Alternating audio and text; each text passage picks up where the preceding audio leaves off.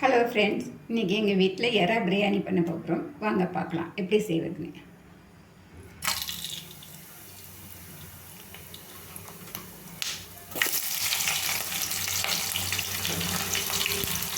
பட்டை போட்டாச்சு, எண்ணெய் ஊற்றியாச்சு. வெங்காயம், இஞ்சி பூண்டு, அரிசி ஊற வச்சாச்சு. புதினா,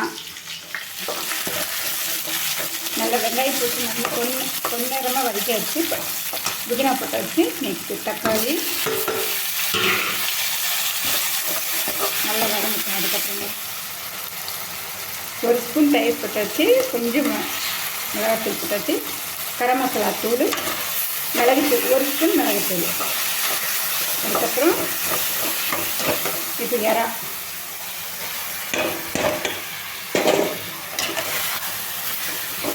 இப்போ தேவையான தண்ணி ஊற்றணும். நல்லா வதங்கிடுச்சுங்க. இறால இருக்கிற தண்ணியெல்லாம் சுண்டிடுச்சு. இப்போ நம்ம 1/2 கிலோ அரிசிக்கு 2 கிளாஸ் தண்ணி ஊற்றுறேன். தண்ணி ஊற்றியாச்சு. கமன்னு நல்ல வாசனை வருது. இன்னும் கொஞ்சம் நேரத்தில் பிரியாணி ரெடி ஆகிடும். ரெடி ஆகுது, நல்லா கொதிக்குது, ரெடி ஆகுது, நல்ல வாசனையாகவும் வருது.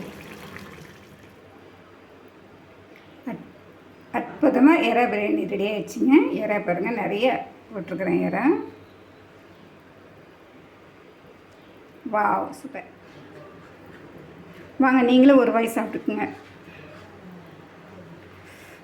செம்ம சூடாக இருக்குது. எறா வேணுமா?